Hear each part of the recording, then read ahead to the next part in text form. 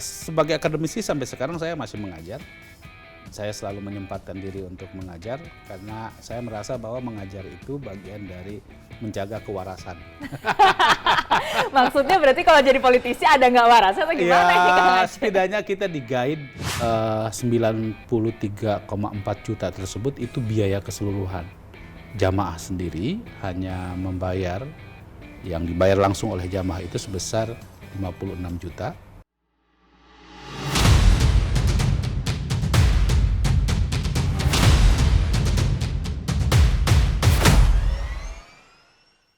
Halo, Anda menyaksikan People's Choice. Kami akan mengajak Anda untuk kenalan dengan calon-calon wakil rakyat. Karena akan mewakili kita di Senayan, jadi kita harus kenal juga dengan sosoknya.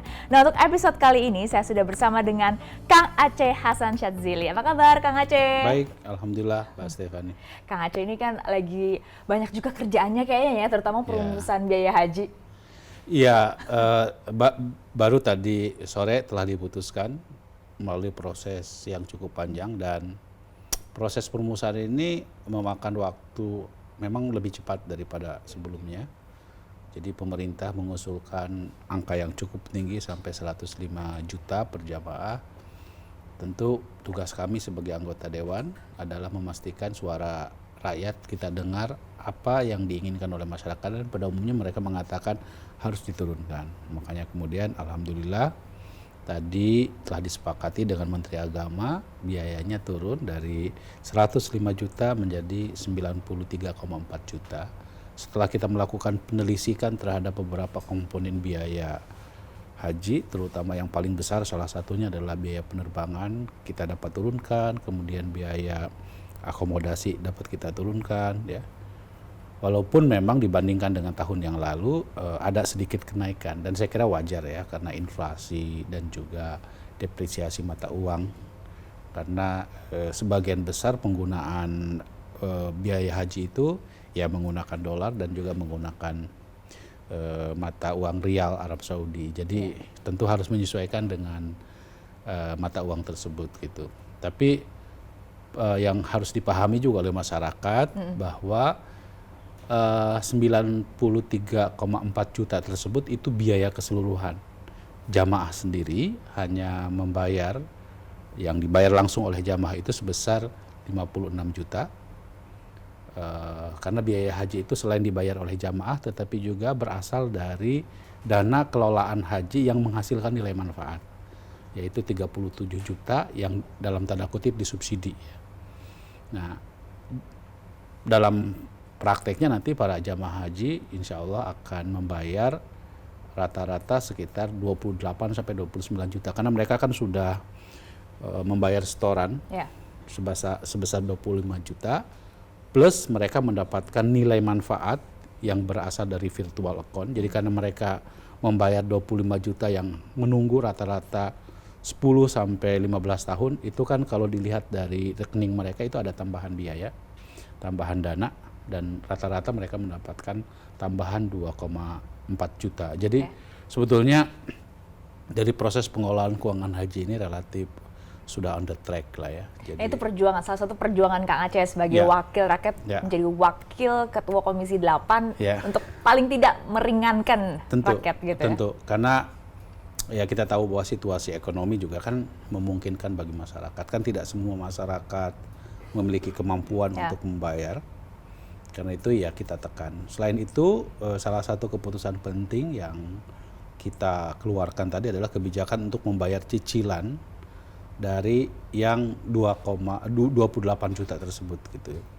Jadi tidak langsung, misalnya kalau kemarin-kemarin karena waktunya mepet sebelum keberangkatan, para jamaah harus membayar cash dengan waktu yang hanya sempit 3 minggu gitu atau sebulan. Tapi sekarang dikasih waktu cukup panjang. Dikasih waktu cukup panjang sampai menjelang haji itu kan sekitar bulan Mei. Jadi sekitar 5 bulan mereka bisa mencari sumber-sumber pendanaan untuk melakukan pelunasan terhadap setoran tersebut. Jadi harusnya terasa lebih ringan gitu ya Kang Aceh. Seharusnya demikian. Makanya kayaknya serius sekali tampang Kang Aceh malam hari ini, kalau ini lagi direkamnya di malam hari.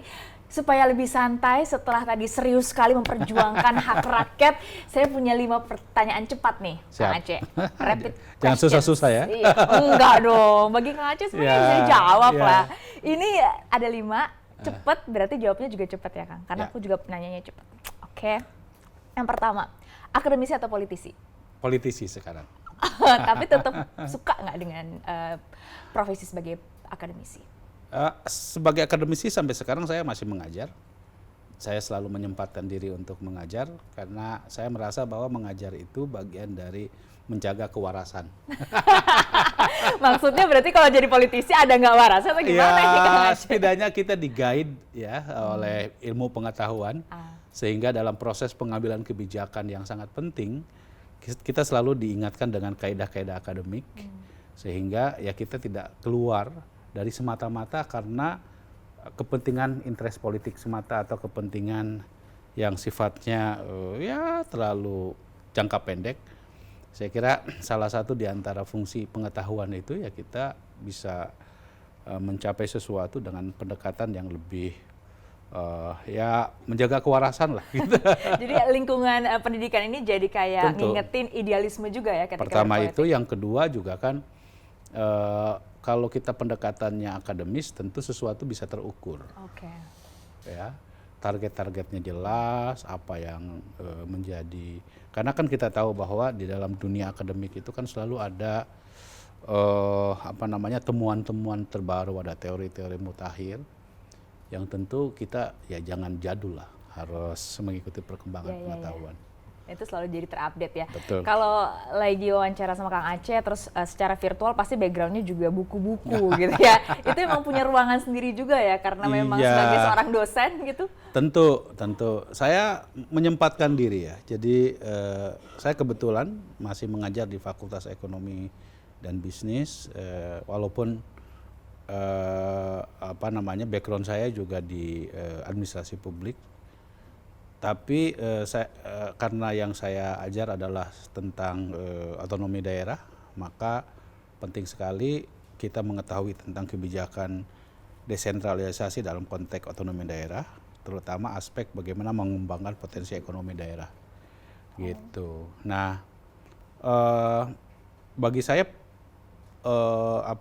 ya kemajuan Indonesia ya tentu tergantung dari sejauh mana daerah juga mampu mengembangkan kemandiriannya. Jadi bagi dunia politik ya memang harus sejalan dengan dunia akademik ya. Makanya kadang-kadang kita tidak boleh mengesampingkan aspek teknokratis gitu ya. Karena ya saya beruntung berada di dunia politik dan cukup intens berinteraksi dengan beberapa politisi di Partai Golkar yang memiliki kemampuan teknokratis juga. Gitu. Jadi saya banyak belajar juga dari mereka gitu. Jadi paket lengkap gitu ya, teori iya, praktik iya. Betul. Nah saya kebetulan dipercaya oleh partai untuk menjadi ketua namanya Golkar Institute. Ya sebuah sekolah pemerintahan dan kebijakan publik. Di situ saat ini kita selain melakukan riset tapi juga melakukan pendidikan bagi anak-anak muda agar mereka dibekali tentang 3 pilar ekonomi, politik, dan kepemimpinan. Dan saya kira dalam 2 hal ini yaitu ekonomi dan politik sesuatu yang menurut saya tidak bisa dipisahkan dalam konteks kemajuan bangsa kita ya. Dan ini tidak akan berhasil kalau tidak punya sense of leadership gitu. Nah, dunia politik saya kira ya adalah soal bagaimana orang mampu untuk membangun kemampuan leadership. Tetapi nggak cukup hanya leadership, penting sekali orang kemajuan bangsa ini ya ditentukan oleh aspek ekonomi dan kemampuan politiknya gitu.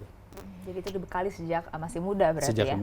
masih muda. Berikutnya Kang Aceh, Jepang atau Belanda? Saya suka Jepang.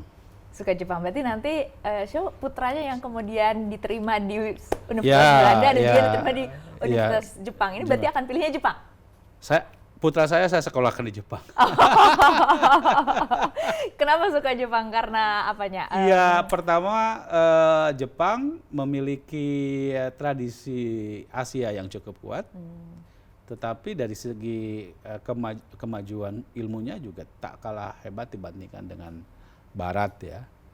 Jadi menurut saya Jepang memiliki arti tersendiri karena saya pun juga pernah Asisten dosen dulu ya? ya saya pernah menjadi asisten salah satu profesor di Waseda University. Oh, oke. Gitu. Makanya ada apa ya namanya emotional attach gitu ya dengan Jepang. Dan saya senang sekali anak saya juga enjoy di Jepang gitu ya. Oke. Selain juga makanannya enak loh. Iya, itu aku setuju Kak Aceh. Aku setuju, kayaknya kalau kuliner di situ kayaknya nggak habis-habis gitu ya. Oke, lanjut. Nah, kalau makan harus olahraga juga. Nah, ini pertanyaannya terkait dengan olahraga. Lari atau naik sepeda? Sekarang lagi suka lari. Iya ya, di media sosialnya Kang Aceh kayaknya sering banget lari. Ya, lari. Pertama karena lari simple. Oh, oke. Simple Nggak dan perlu beli alat gitu ya? nggak perlu beli alat dan bisa di mana saja. Jadi ketika saya misalnya di Bandung atau saya lagi kunjungan kerja di luar kota, saya tinggal bawa sepatu lari, tinggal bawa kaos dan celana pendek, saya bisa langsung lari. Gitu ya. Dan keringatnya lumayan cukup banyak ya. Kardio soalnya itu ya. Kardio. Nah, dulu waktu Covid saya suka sepeda. Oke. Tapi sekarang sepeda itu kalau misalnya mau keluar kota atau mau ke dapil saya kan harus bawa sepeda cukup Ribet ya. cukup bawa ribet gitu. sepedanya. Nah, tapi dua-duanya enak. Ya, dua-duanya enak. Apalagi kalau misalnya bersepeda dengan komunitas, banyak teman. Tapi ya sekarang lebih banyak memilih lari. Lari bisa sendiri, sekaligus bisa juga bagian dari lari dari kenyataan. Apa nih kenyataan yang mau dihindari oleh Kang Aceh? Tapi ini juga jadi salah satu cara Kang Aceh nggak sih untuk mendekati pemilih muda, kan lagi hype banget juga kan lari? Dengan kita berlari kita juga kan banyak berjumpa dengan banyak orang ya. Jadi dan ada beberapa momen-momen tertentu kita bisa ketemu sama teman-teman yang juga banyak yang suka berlari sekarang, termasuk anak-anak muda. Menurut saya sekarang lagi tren ya komunitas lari ya. Betul. Dan buat saya sih saya tidak bermaksud untuk ngikut turnamen atau apa gitu ya. Ya kita senang-senang aja. Dinikmati aja gitu ya sebagai olahraga. Oke. Berikutnya, Banten atau Bandung? Bandung. Karena dapilnya Bandung ya, Kabupaten Bandung dan Kabupaten Bandung Barat. Iya, Bandung menurut saya memiliki pemilih yang cukup besar karena di daerah pemilihan saya itu Bandung dan Bandung Barat itu hampir 5 juta dan kursi yang diperebutkannya cukup banyak, 10 kursi, dan Bandung enak. Cuacanya, kemudian suasananya gitu ya, kayak rumah. Ya, dan kalau Bandung kan beda dengan kota Bandung. Jadi banyak sekali destinasi wisata yang masih sangat natural, dari mulai Pangalengan, Ciwidey, ya kan, kemudian Lembang, Parompong, dan yang lebih menarik lagi, Mbak Stefani, adalah sekarang kita terbantu dengan kereta cepat.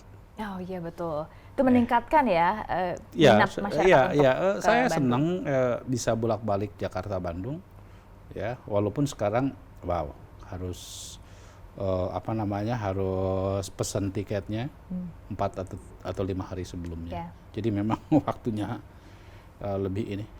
Dan itu nyampainya ke wilayah Padalarang ya, adalah KBB. yang daerah pemilihan saya. Dan salah satu tempat favorit saya kalau saya jogging, lari gitu. Itu di Kota Baru Parahyangan. Enak sekali. Suasananya soalnya nggak terlalu ramai ya? Nggak terlalu ramai dan nggak banyak mobil gitu ya. Oke. Sebelum jeda, satu pertanyaan lagi. Menteri atau anggota DPR? Yang sedang saya jalani anggota DPR. Tapi kalau disuruh pilih yang mana Kang Aceh? Apapun kalau bagian dari pengabdian dan kesempatan itu ada, tentu harus kita siap. Namun sekarang ini ketika saya diberikan amanah apapun, dan hari ini amanah itu adalah anggota DPR, maka saya harus bekerja secara maksimal menjadi anggota DPR.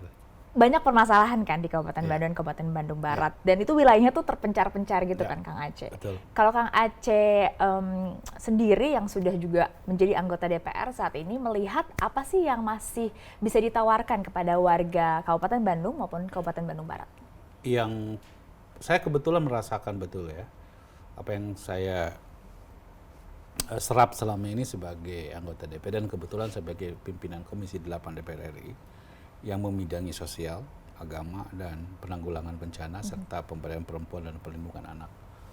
Satu hal, saya kira masalah kesejahteraan sosial harus menjadi prioritas kita. Saya kemarin kerap kali turun ke daerah pemilihan dengan misalnya Kabupaten Bandung Barat, itu angka kemiskinannya masih 10%. Ya. Itu padahal itu adalah daerah yang dekat dengan kota Bandung. Iya, nggak jauh dari pusat kota ya. Pusat dengan kota, tetapi angka kemiskinannya masih 10,8% ya. Itu sementara angka rata-rata nasional aja 9,2 atau 3%. Kabupaten Bandung pun juga saya kira relatif hampir sama lah. Nah, sebagai daerah dengan tingkat kemiskinan seperti itu tentu perlu ada perjuangan khusus untuk penanganan misalnya mengatasi kemiskinan ekstrim. Termasuk di Kabupaten Bandung Barat tingkat stuntingnya juga ini sekali masih cukup tinggi.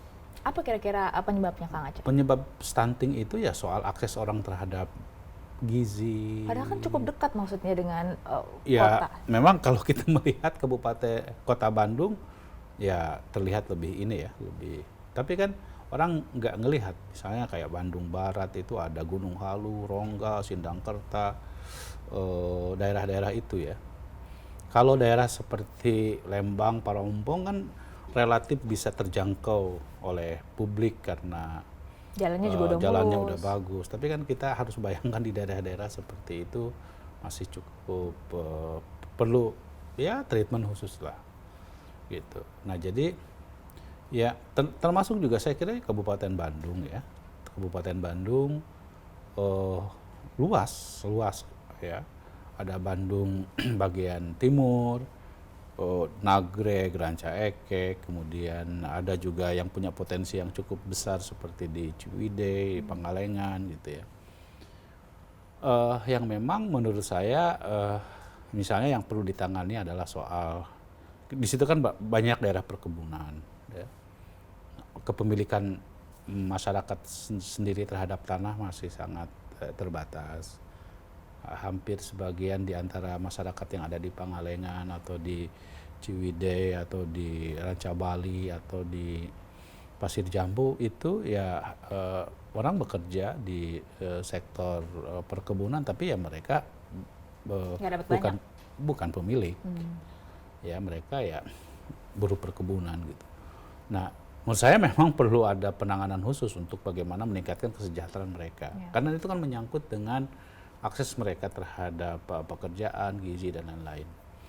Jadi saya bisa merasakan ya sebagai wakil rakyat di daerah Kabupaten Bandung penting sekali untuk terus mendorong tingkat kesejahteraan itu di mana pemerintah hadir memberikan kesejahteraan buat mereka.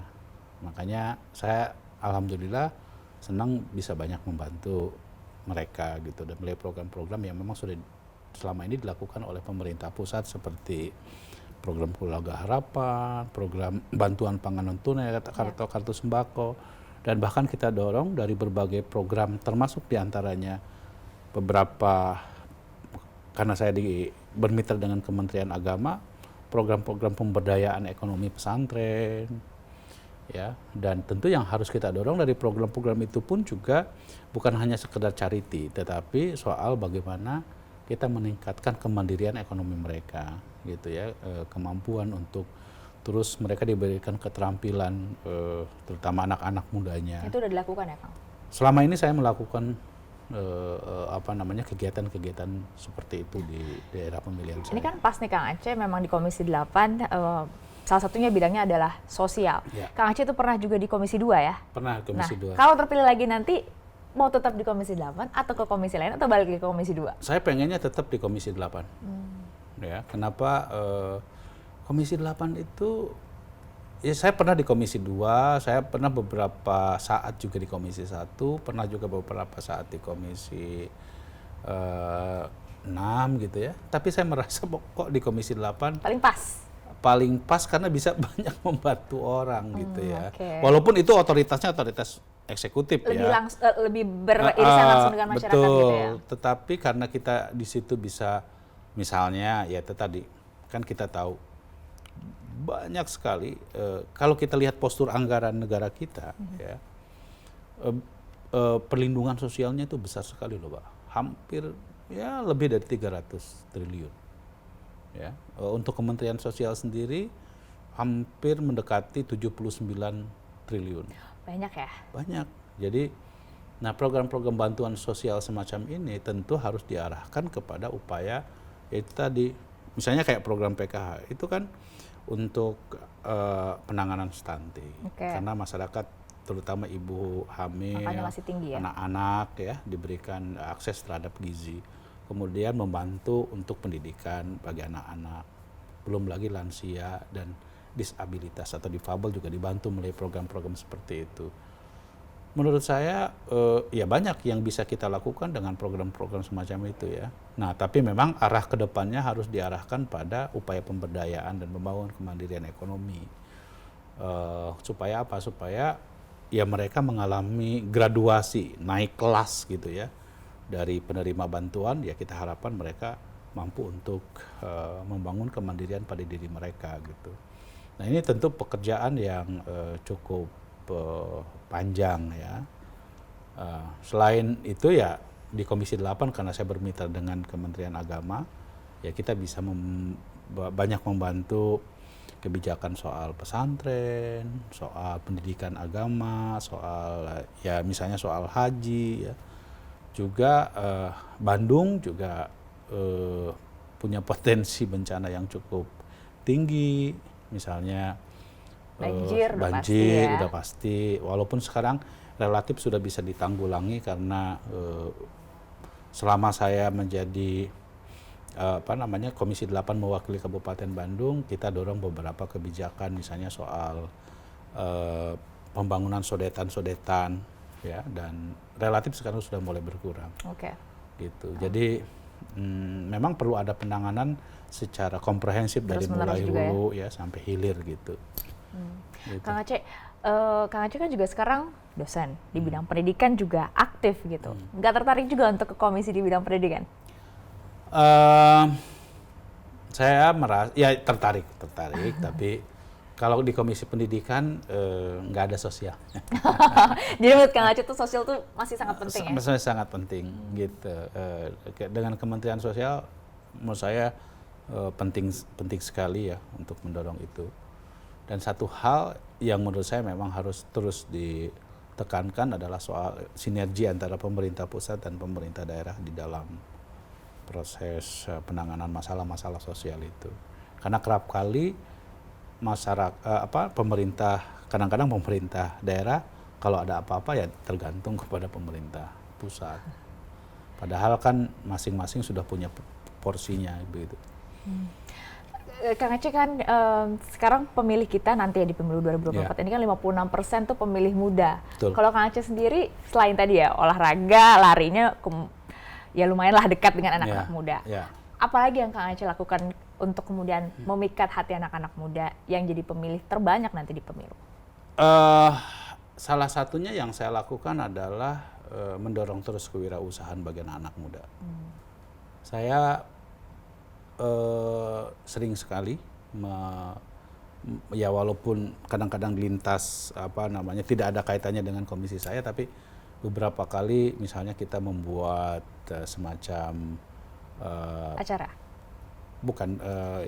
upgrading bagi anak-anak muda untuk reskilling. Oh, itu berarti pelatihan atau pelatihan dalam bentuk pelatihan ya kepada anak-anak muda soal ya bagaimana bisa memanfaatkan potensi lokal, misalnya soal digital marketing, penggunaan teknologi informasi yang efisien dan memiliki manfaat yang besar untuk meningkatkan kewirausahaan mereka. Di samping juga misalnya saya suka sekali kalau diajak ngobrol-ngobrol sama anak-anak muda di kampus-kampus gitu, karena kan di